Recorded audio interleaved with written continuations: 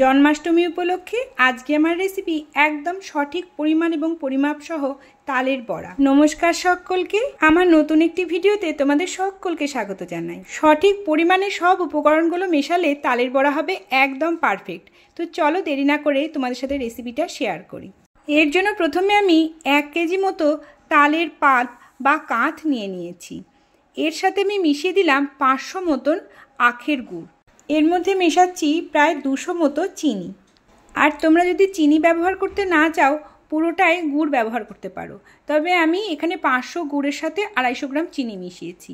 আর দুখানা প্রায় নারকেলকে খুব ভালো করে কুড়িয়ে নিয়েছি, অর্থাৎ কেটে নিয়ে মিক্সিতে পেস্ট করে নিয়েছি, সেই পেস্টটাও আমি অ্যাড করে দিলাম। 2টো নারকেল কিন্তু অবশ্যই ব্যবহার করতে হবে। এবার এই 4টে উপকরণকে আমাদের খুব ভালোভাবে মিশিয়ে নিতে হবে। প্রায় 3 থেকে 4 মিনিট ধরে খুব ভালো করে আমি এটাকে মিশিয়ে নিচ্ছি, যাতে গুড়টা গলে সব একসাথে ভালো করে মিশে যায়। তো দেখো আমার কিন্তু খুব ভালো করে মেশানো হয়ে গেছে।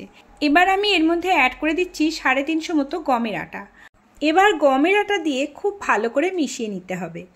এখানে একটা টিপস দিয়ে রাখি, অনেক সময় তালের থেকে কাঁথ বা পাল্পটা বের করার সময় আমরা সামান্য জলের ছিটে দিই, তাই তালের কাঁথ যদি একটু টাইট হয় গমের আটাটা কম মেশাতে হবে। আর যদি তালের কাঁথটা একটু পাতলা টাইপের হয় তাহলে গমের আটাটা একটু বেশি পরিমাণে মেশাতে হবে। আমার তালের কাঁথটা বের করার সময় জল একেবারেই লাগেনি, আর তালটা খুবই ভালো ছিল বলে আমার কিন্তু আটাটা একটু কম ব্যবহার করেছি। আর এর সাথে আমি দিয়ে দিলাম ওই 4 থেকে 5 চামচ মতো সুজি দিলে কিন্তু তালের বড়াগুলো বেশ ফোলা ফোলা হয়। এবার আমি খুব ভালো করে মিশিয়ে নিয়ে ভালো করে ফেটিয়ে নিচ্ছি। 5 মিনিট মতো ভালো করে ফেটিয়ে নিচ্ছি যাতে ব্যাটারটা একটু লাইট হয়ে যায়। এবার কড়াইয়ে বেশ কিছুটা তেল দিয়ে দিলাম। এবার তেলটা বেশ কিছুটা গরম হলে একটা করে বড়া আমি এরম সাইজের করে ছেড়ে দেবো। তালের বড়া একটু ছোট ছোট করে বানালে কিন্তু খেতে বেশি ভালো লাগে আর ভেতরটাও খুব ভালোভাবে রান্না হয়। এবার দেখো এইভাবেই কিন্তু আমি সব তালের বড়া দিয়ে দিচ্ছি। এবার বেশ গোল্ডেন ব্রাউন করে ভেজে আমি তুলে রাখবো।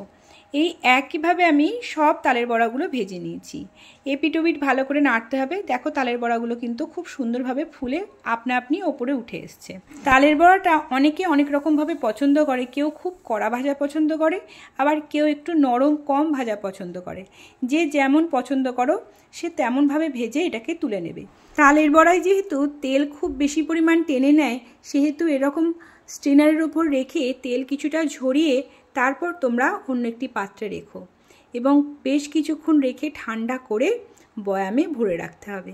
এবার ঠাকুরের পুজো দিয়ে সবাই মিলে অনেক দিন ধরে খেতে পারো। এই একইভাবে আমি সব তালের বড়াগুলো ভেজে নিচ্ছি। আর দেখো কতটা পারফেক্ট হয়েছে ব্যাটারটা। সব তালের বড়াগুলোই কিন্তু আস্তে আস্তে ওপরে নিজে নিজেই ভেসে উঠে আসছে এবং প্রতিটা তালের বড়া একদম গোল হয়েছে। তো এইভাবে তোমরা যদি বানাও তাহলে কিন্তু তোমাদের তালের বড়াগুলো খুবই সুন্দর হবে। দেখো আমার সব তালের বড়া রেডি হয়ে গেছে।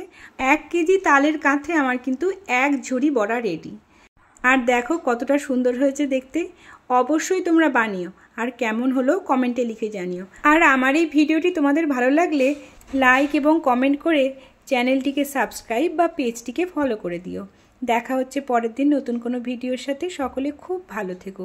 শুভ জন্মাষ্টমী।